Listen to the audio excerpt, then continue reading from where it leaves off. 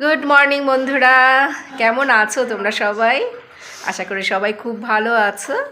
আজকে হলো সরস্বতী পুজো, আজকে শুক্রবার। তো এখন সকাল 9:15 বাজে মনে হয়। আর আমার এখনও স্নান পুজো এগুলো কিচ্ছু হয়নি। ওই যে বাড়িতে আছে দুজন, তাদেরকে ঘুম থেকে তুলে রেডি করাতে করাতেই আমার যেন আজকে সকালটা কেটে গেল। ওদের সবার স্নান হয়ে গেছে, আমার এখন অবধি স্নান হয়নি।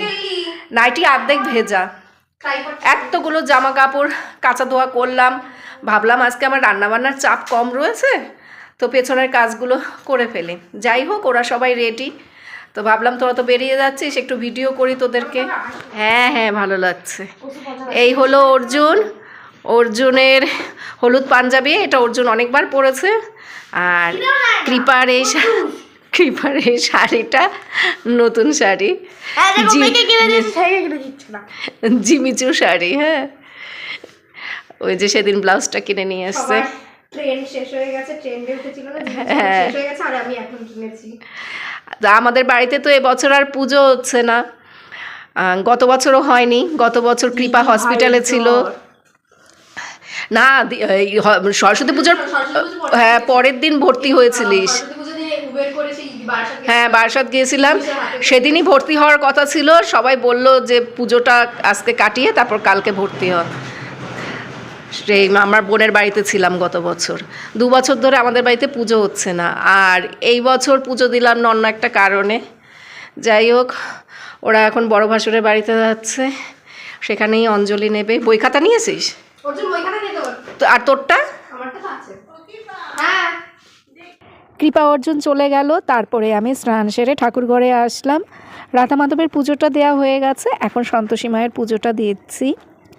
সকাল থেকে যা যুদ্ধ শুরু হয়েছে বাড়িতে, সেরকম কোনো কাজকর্মের চাপ নেই, অথচ বারবার উপর নিচ করা, সবার সমস্ত কিছু হাতের কাছে তুলে ধরা।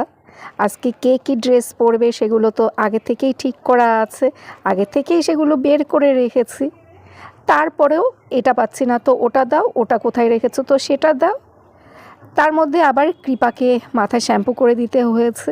কৃপার মাথায় শ্যাম্পু করলেই ঠান্ডা লেগে যায়, ওই জন্য আমি কৃপাকে বললাম যে আমি নিজের হাতে তোকে শ্যাম্পু করে দেবো, তুই কিভাবে শ্যাম্পু করিস না করিস, আমি নিজের হাতে আজকে তোকে শ্যাম্পু করে দেবো।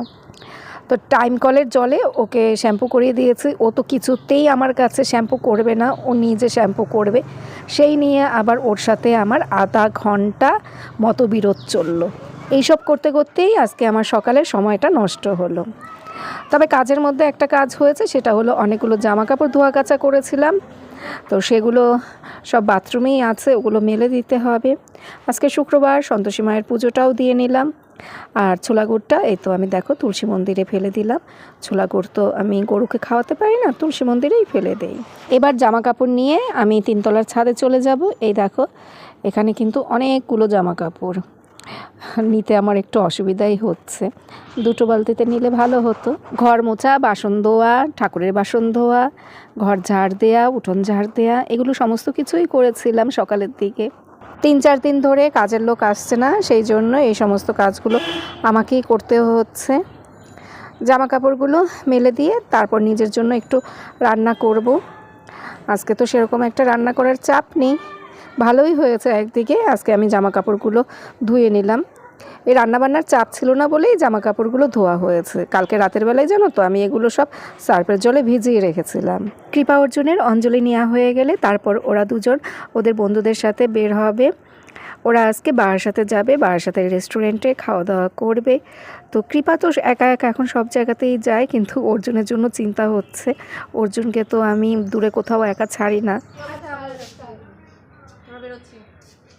তো এই যে লেজুরে কিন্তু আটকে যাবে, এই চাদরের লেজুর, এই শাড়ির লেজুর, এগুলো সরা ঠিক কর। তা আমি চিল্লাবো না, ভাল লাগে না। কোথায় কোথায় যাচ্ছে, কোথায় কোথায় ঘুরবে, ঠিক করে নে ওগুলো। তুই ভাইয়ের হাত ধরবি না শাড়ি ঠিক করবি না চাদর ঠিক করবি? এখন 11:15 বাজে। তো আমার জন্য প্রেসার কুকারে চালে ডালে মিশিয়ে খিচুড়ি বসিয়েছি, আর এই যে দেখো পাঁপড় ভাজা করে নিলাম। এই যে পাঁপড় ভাজা, কয়েকটা পাঁপড় ভাজা খেয়েও নিয়েছি খালি পেটে। তা যাই হোক, খিচুড়িটা হয়ে গেছে, এখন খিচুড়ি আর পাঁপড় ভাজা খাবো। কৃপা অর্জুন গেছে বারাসাতের সাংহাইতে, প্রেশার কুকারের ঢাকনাটা খুলে গেল, বারাসাতের সাংহাইতে গেছে। এবার ছেলে মেয়েকে না, কৃপা তো যাওয়া আসা করে কলেজে, অনেক দূরে একা একা এখন যাওয়া আসা করে, কিন্তু সাথে অর্জুন রয়েছে তো, তাই আমার খুব টেনশন হচ্ছে। অর্জুনকে তো আমি ছাড়ি না, কৃপাকে ভালোভাবে বুঝিয়ে দিলাম। ওই দেখলে না শাড়ি চাদর সব ওই লেজুর লেজুর ঝুলছে, মেয়েকে নিয়েও সেই এক টেনশন করছি যে কোনো কিছুর সাথে পেঁচিয়ে না পড়ে যায়। তো ওই বাসে করে যেতে বললাম, ওরা বলেছিল ট্রেনে যাবে, আমি বললাম বাসে করে যা, কারণ বাস মনে হয় সাংহাইয়ের সামনে দাঁড়ায়, ট্রেনে করে গেলে তোদেরকে আবার ভ্যানে করে সাংহাইতে যেতে হবে, টোটো বা ভ্যান ধরতে হবে। তো যাই হোক, একদিনে আর কি সব কিছু পড়েছে। হ্যাঁ, কৃপা অর্জুন গেছে সাংহাইতে, আমার বর গেছে বারাসাতে, কৃপা অর্জুনও বারাসাতে গেছে, আর আমার বড় বারাসাতে গেছে, সাথে গেছে আমার যা ভাসুর। আমার যা পিঠা বানিয়েছে আমার বাবার জন্য, তো পিঠে বানিয়ে আমার বাবাকে দেখতে গেছে। আমার বাবা কিন্তু অনেক দিন ধরে অসুস্থ। হ্যাঁ, তো আমার বাবাকে দেখতে গেছে। আমার যা ভাসুরের গতকালকে যাওয়ার কথা ছিল, তো আমার বর কালকে সময় দিতে পারেনি, তো আজকে আমার বরকে টেনে হিঁচড়ে নিয়ে গেছে, বলে তোর শ্বশুরবাড়িতে যাব, তুই না গেলে হবে। তো সেই জন্য ওরা তিনজন গেল আমার বাপের বাড়িতে, কৃপা অর্জুন গেল সাংহাইতে। এই হলো গিয়ে আমাদের মোটামুটি সকালের আপডেট। আবার বিকেলবেলা ওরা যাবে হলো, মানে সবাই মিলে যাবে বিয়ে বাড়িতে। আজকে তো প্রচুর বিয়ে আছে, সবাই জানো। এই একই দিনে সরস্বতী পুজো, একই দিনে বিয়ের অনুষ্ঠান। হ্যাঁ, মানুষ কত খাবে। কৃপা অর্জুনকে ওই দুপুরবেলা বিয়ে বাড়িতে খেতে বলেছিল, তো কৃপা অর্জুন তো সেখানে যায়নি, ওই বন্ধুদের সাথে চলে গেছে ওইখানে। খিচুড়ি, পাঁপড় ভাজা, গাজর, কাঁচা লঙ্কা এই নিয়ে উপরের ঘরে চলে এসেছি। খিচুড়িতে না জল কম হয়ে গেছে, ওরা তো কেউ বাড়িতে নেই, আমি একা খাবো, সেই জন্য আর কায়দা করলাম না, তা না হলে জল গরম করে এর মধ্যে দিতাম। যাই হোক, আমি বারান্দায় বসে বসে খেয়ে নেই এখন খিচুড়িটা। খেয়ে দিয়ে আমি তারপর বারান্দাতেই বসেছিলাম, বাড়িতে কেউ নেই, দুপুরবেলা আমার বড় বাড়িতে আসবে না, বাড়িতে আমি এখন একা আছি। এই যে ছোট ছোট মেয়েরা শাড়ি পরে আজকের দিনে বের হয়, এগুলো দেখতে আমার যে কি ভালো লাগে। ওদের চোখে এখন কত রঙিন স্বপ্ন, জীবন সম্পর্কে কোনো আইডিয়াই নেই। শাড়ি পরে সেজে গুজে কয়েকটা সেলফি তুলে সেগুলো ফেসবুক বা ইনস্টাতে বন্ধুদের সাথে শেয়ার করতে পারলেই যেন ওদের জীবনের অর্ধেক স্বপ্ন পূরণ হয়ে যায়। এই অল্প বয়সী ছেলে মেয়েদের এই ধরনের ছেলে মানুষগুলো দেখতে না আমার ভীষণ ভালো লাগে। একটা সময় তো আমরাও এরকম ছিলাম, নিজের ছোটোবেলার কথা মনে পড়ে যায়। 20-22 বছর আগে আমার সরস্বতী পুজো আর 20-22 বছর পরে আমার সরস্বতী পুজোর মধ্যে কত পার্থক্য। 20-22 বছর আগে সরস্বতী পুজোর দিন কিভাবে আনন্দ করব সেই নিয়ে কত জল্পনা কল্পনা, কি শাড়ি পরবো, কি ব্লাউজ পরবো। কৃপার মতো আমারও তো এরকম একদিন চিন্তা ভাবনা ছিল এই ধরনের, কিন্তু এখন দেখো ঘরের এক কোণায় পড়ে থাকি, সারাদিন সংসারের কাজকর্ম সেই নিয়েই ব্যস্ত, বের হতে একদমই মন চায় না। জীবনে যখন আনন্দ করার সুযোগ আসে তখন সেই সুযোগের ঠিকঠাক মতো সদ্ব্যবহার করা উচিত, কারণ সব বয়সে না সব কিছু ভালো লাগে না। আমি আজকে ঠিকই সেজে গুজে বাইরে বের হতে পারতাম, কিন্তু আমার না আর সেই ইচ্ছেটা আসলোই না। কেন আসেনি জানি না, বলতে পারবো না সেটা। এসছে ছানা পোনা দুটো, অনেক কিছু খেয়েছিস? ও ছবি দেখে নি। অর্জুন কোথায়? ওর জন্য লাড্ডু আনছিস? কিচ্ছু আনিস নি? বাতি দিলাম, গোপালকে ঘুম পাড়ালাম রাতের ভোগ দিয়ে। এই বিছানার চাদরটা বিয়ে বাড়িতে দেয়া হবে, আমার বর কিনে নিয়ে এসছে, সেটাই দেখছি, পিলো কভার সহই। ছবিটা জানি কোথায় দেখলাম, এই যে ছবিতে লাল দেখাচ্ছে, এটা কিন্তু পিঙ্ক কালারের, সুন্দর হয়েছে বিছানার চাদরটা। বিছানার চাদর ঘরের ভীষণ প্রয়োজনীয় একটা জিনিস, বিছানার চাদর যতই কিনি না কেন মনে হয় কি যে সব চাদরগুলো মনে হয় পুরনো হয়ে গেছে, নতুন বিছানার চাদর ব্যবহার করতে পারলে ভালো হতো, কারণ এগুলো সবসময় ইউজ করা হয় তো। তারপর 2 মাস ওই ধোয়া কাচা করার পরে না কেমন যেন আর কি ওই নতুনের আর কি গ্লেজটা থাকে না, নতুন অবস্থায় যতটা গ্লেজ দেয় ওই 2 মাস ধোয়া কাচা ব্যবহার করার পর আর সেই গ্লেজটা থাকে না, যত দামি বিছানার চাদরই হোক না কেন। কৃপার সেকেন্ড রাউন্ড সাজগোজ, গলায় এখন নেকলেস পরছে, ওর বাবা পরিয়ে দিচ্ছে। বাবাকে বললাম বাবা চোখে দেখে। আমিও চোখে দেখি না। সময় দিয়ে এবার এমনিতে গুঁড়া দিন। হ্যাঁ চেপে দাও মানে খুলে দেবে। যা টাইট দিতে নেই। ইমা বেশি টাইট হয়ে গেছে না, একটু লুজ করব। যা দিদি না এরকমই থাকুক। নাকি একবার কমায় দেবো? কেন তোর বেশি টাইট লাগছে? শ্বাস নিতে পারছে না। ও শ্বাস নিতে পারছি না। এদিকে এদিকে। আমি তো এরকম টাইট করেই পরি। না আরেকটু, তোমার গলা বড় না, আমার গলা একটু ছোট, কেমন লাগে পুরো গলা ভরা। হাতে কিছু পরবি না? হাতে হ্যাঁ হাতে আছে। যা বুঝতে না আরো রেডি হয়ে গেছে, কিন্তু কৃপার সাজে একটু ত্রুটি রয়েছে। এই সাদা গোলাপ দুটো কৃপার মাথায় দেওয়ার কথা ছিল কালো শাড়ির সাথে। কালকে নিয়ে এসেছি আমি অনেক কষ্টে। না তুই নিয়ে আসলি কোথা থেকে? আমি তো চিনার পাড় থেকে এই গোলাপ দুটো কেনা হয়েছে, 15 টাকা করে নিয়েছিল। সাদা গোলাপ আমাদের এখানে সেরকম একটা পাওয়া যায় না। ও কালকে ভোরবেলা এই গোলাপ দুটো কিনে আমার কাছে পাঠিয়ে দিয়েছে, আমি ব্যাগে করে চিনার পাড় থেকে হাবড়া অবধি বয়ে নিয়ে আসলাম। আজকে দেখছে গোলাপগুলো ঝরে গেছে, মানে পাপড়িগুলো ঝরে ঝরে পড়ে যাচ্ছে, সেই জন্য এখন লাল গোলাপই মাথায় দিয়েছে, বোঝাই যাচ্ছে না। এদিকে আয় দেখি, ওই যে লাল গোলাপ পড়েছে। আর সাদা গোলাপটা দিলে একটু বেশি ভালো লাগতো, তাই ওর কান্না পাচ্ছে। ওর সাজ অপূর্ণ। আমি কত প্ল্যানিং করে রেখেছিলাম।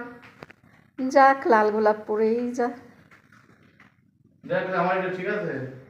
ও বাবা, তোমার ভিতরে কি পড়েছো? ভিতরে আমি পড়িনি, ও পড়বো। তাই বলো বাবা, তাহলে কি অবস্থা? লাক্স কোজের উপর দিয়ে বিয়ে করে চলে গেছে।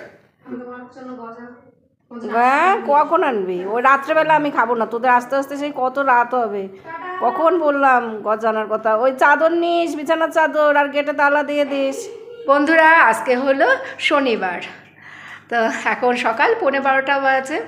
কালকে রাতের বেলা তো ওরা বিয়েবাড়ি থেকে সবাই আসলো, বিয়েবাড়িতে খেয়ে দিয়ে সবাই মজা আনন্দ করলো, আর আমি ঘরের মধ্যে একা একা বসেছিলাম, শুয়েছিলাম, মোবাইল ঘাটাঘাটি করছিলাম, এইসবই করছিলাম। ও চলে এসছে অর্জুন আবার গিয়েছিল ওর বড় জেঠুর বাড়িতে বই আনতে। কালকে বই রেখে এসছে না সরস্বতী ঠাকুরের পায়ের কাছে, তো আজকে আবার ওগুলো নিয়ে এসছে। ওর আবার পড়া আছে বিকেলবেলা, সকালবেলাও একটা পড়া করে এসছে। সব বই দেয়নি, অল্প কয়েকটা বই দিয়েছে। টিকা বলে, মা অর্জুনের তো অনেক পড়া থাকে, তো সেই জন্য সব বই দেয়নি, অল্প কয়েকটা বই দেয়া হয়েছে। আচ্ছা যাই হোক, তো রান্না তো কমপ্লিট। আজকে রান্না করেছি পেঁয়াজকলি ভাজা, ডাঁটার শাক, আর সেই যে রুই মাছ নিয়ে এসেছিলাম ফ্ল্যাটের ওখান থেকে, তো সেই রুই মাছটা রান্না করলাম। 2-3 পিস যা ছিল সেটুকু রান্না করে নিয়েছি। আর কি করলাম? আর কিছু করিনি। হ্যাঁ, রাতের বেলা চিকেন সাটে হবে, তো সেটার আর কি সব প্রিপারেশন করে রেখেছি। আর দেখো আমার বাপের বাড়ি থেকে কি পাঠিয়েছে, দেখাচ্ছি তো আমাদেরকে। আমার ছোট বোনের বাড়ি তো উড়িষ্যায়, ওর বাড়ি না, ওর শ্বশুরবাড়ি তো উড়িষ্যায়। তো ওদের ওখানে তো বাড়িতে এই সমস্ত জিনিস বানানো হয়, যখন কোনো অনুষ্ঠান হয় সেই সময় ওদের বাড়িতে মিষ্টি, তারপর বিভিন্ন রকমের মোয়া, মুরকি এগুলো বানানো হয়, যে চানাচুর এগুলো বানানো হয়। তো এইবার ওরা একটা বিয়ের অনুষ্ঠানে গিয়েছিল, ওর শ্বশুরবাড়ির দিকের একটা বিয়ের অনুষ্ঠানে গিয়েছিল, তো ওদেরকে তারা আর কি দিয়েছে। মানে এগুলো কিন্তু ওর শ্বশুরবাড়িতে বানানো হয়নি, যাদের বাড়িতে বিয়ের অনুষ্ঠান হয়েছে তাদের বাড়ির থেকে ওদের বাড়িতে দেয়া হয়েছে। তো সেখান থেকে কিছু খাবার আমার বাপের বাড়ির জন্য নিয়ে এসছে, আমার মা আবার সেখান থেকে আমাদের জন্য পাঠিয়েছে। বুঝতে পেরেছো? মানে কটা হাত হয়ে তারপরে আমার হাতে এসছে। তো এই যে লাড্ডু, গজা, এই দেখো এই মোয়াটা তোমাদেরকে দেখাবো, এই দেখো কত বড় মোয়াটা, অ্যাটম বোমের মতো মোয়াটা কিন্তু, বুঝেছো? এটা মুড়ি চিড়া এগুলো দিয়ে বানানো হয়েছে। এটা কি করে খাবো এখন বলো তো? আমার বর এটা দেখে ভীষণ খুশি হয়েছে, এই অ্যাটম বোমের মতো মোয়া দেখে, বলে এটা খাওয়া মুশকিল কিন্তু দেখতে তো ভালো লাগছে। আর এই চানাচুরটা খেতে ভীষণ ভালো হয়, এই চানাচুরটা এত ভালো হয়, বাড়িতে ওরা বানায়, আমি তো বানাতে দেখেছি কিশমিশের অন্নপ্রাশনের সময়, এত সুন্দর বানায় এই চানাচুর ঝুড়ি ভাজা, ভীষণ ভালো লাগে খেতে এগুলো। এটাকে এখন ভেঙে খাবো। হামান দিস্তা নিয়ে এসছে, খেতে খারাপ লাগছে না, ভালোই লাগছে খেতে, গুড়ের একটা অন্যরকম গন্ধ। আমাদের এখানে মোয়া মুরগি থেকে গুড়ের যে গন্ধটা আসে সেই গন্ধটা পাচ্ছি না, একটা অন্যরকম গুড়ের গন্ধ পাচ্ছি, কিন্তু খেতেও ভালো লাগছে। রোদের জন্য তাকাতে পারছি না তোমাদের দিকে, এখন ব্লগটা শেষ করব। তোমরা সবাই ভালো থেকো, সুস্থ থেকো, সাবধানে থেকো, আবার আগামীকাল দেখা হবে। টাটা বন্ধুরা। আমি এখন রোদ পোহাই একটু, তারপর ভিডিও এডিট করে আপলোড করি।